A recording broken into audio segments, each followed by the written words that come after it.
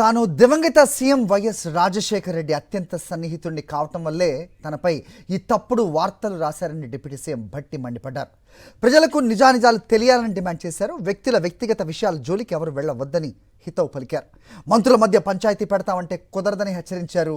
రాధాకృష్ణ పలుకులతో తనకు జరిగే నష్టమేమీ లేదన్నారు భట్టి. ఒక బెనిఫిట్ ఆఫ్ డౌట్ని, ఒక కట్టు కథని, ఒక పెట్ట కథని అల్లి తెలంగాణ ప్రజల్ని మభ్యపెట్టడం కోసం తను ఒక కథనం రాశాడు. కాబట్టి మేము నిజాయితీగా ఉంటామే కాదు, ఉన్నట్టుగా కూడా జనానికి కనపడాలి. ఆ ట్రాన్స్పరెన్సీ కూడా ఉండాలి. That is what I believe. నేను అది చదివిన తర్వాత నేను అందుకే మొత్తం ఆ కండిషన్స్ చదివి I seriously examine the entire thing. I have asked the Singareni management and the board seriously examining ఇటువంటి ఎలిగేషన్స్ వచ్చినప్పుడు ప్రజలకి స్పష్టత ఇవ్వాల్సిన బాధ్యత మంత్రిగా నా పైన ఉంటుంది. కాబట్టి I have asked them to, I have instructed, not only asked, to cancel the tender and go for a fresh tender with all the government of India public sector అండర్టేకింగ్స్లో ఏమేమి కండిషన్స్ ఉంటాయో అటువంటి కండిషన్స్ అన్నీ examine చేసి మళ్ళీ పిలవండి. Don't go by this same. ఇంతవరకు అంటే వాళ్ళు చెప్పింది సార్ టెండర్ ఇప్పుడే పిలిచాము, ఇంకా అసలు ఎవడు పార్టిసిపేటే చేయలేదు, అప్పుడే ఎవరికో ఇచ్చినట్టు ఎవరికో ఇవ్వటం కోసం దీంట్లో చేస్తున్నారని రాసిన దానికి మేమెట్లా బాధ్యులు అంటే నేను చెప్పాను that is a different part, leave it. ఆ రాసిన ఆయనకి ఎవరి మీదో ఏదో ప్రేమ ఉండొచ్చు,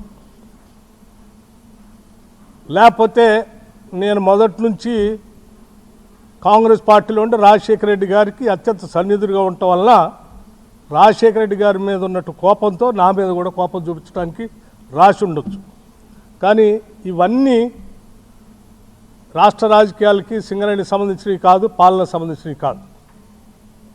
ఒక బెనిఫిట్ ఆఫ్ డౌట్ వచ్చింది కాబట్టి దాన్ని క్యాన్సిల్ చేయండి.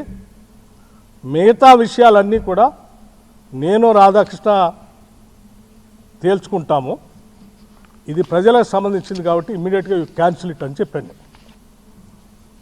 I'm already instructed the Singareni board people to cancel it. ఇక రాధాకృష్ణ విషయానికి ఈ కట్టు కథ పెట్ట కథ రాసిందని అన్నిటికీ అతను ఏ ఉద్దేశంతో రాశాడు, ఎందుకు రాశాడు, ఏ రాజకీయ ఉద్దేశం ఉంది, దాని వెనక ఎవరుండి నడిపిస్తున్నాడో అన్ని విషయాలు మళ్ళీ తిరిగి వచ్చిన తర్వాత నేను మొత్తం ఫుల్ ఫ్లెడ్జ్డ్గా ప్రెస్ని పిలిచి నేను మాట్లాడతాను.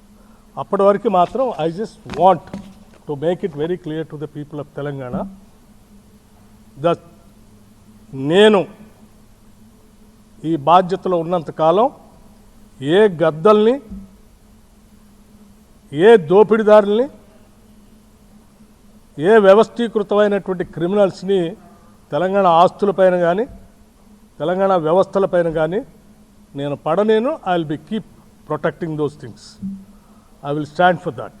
ఆత్మగౌరవంతో బతుకుదామని, బతకాలని, ఆత్మగౌరవం లేకుండా ఈ సమాజాన్ని దోపిడీ చేస్తూ హింసిస్తున్నటువంటి వర్గాలకు వ్యతిరేకంగా నిలబడి ఆ వర్గాల ఆత్మగౌరవాన్ని సాధించి పెట్టడానికని రాజకీయాల్లోకి వచ్చా.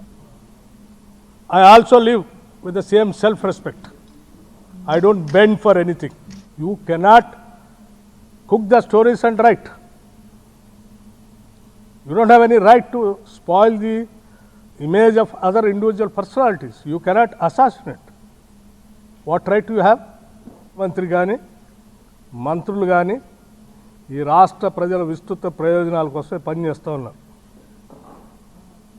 నీ అవసరాల కోసం వీళ్ళ మధ్యలో ఏదో కట్టుకథలు సృష్టించి విభేదాలు సృష్టించడం కోసం నువ్వు ప్రయత్నం చేస్తే నువ్వే విజయం సాధించలేవు. నీ చిల్లర కథనాలకి భయపడేవాళ్ళు ఎవరు లేరు. ఏడ కూర్చొని విన్నాడో, ఏడ చూసి రాశాడో నాకు తెలియదు. అది కూడా అడుగుతాను. Question of my self respect. నేనేం గాలికి రాలేదాకా 40 సంవత్సరాలు సభలో, సభ బయట పోరాటం చేస్తూ ఈ సమాజం కోసం అడ్డంగా నిలబడి పోరాటం చేస్తుంటుంటాడు.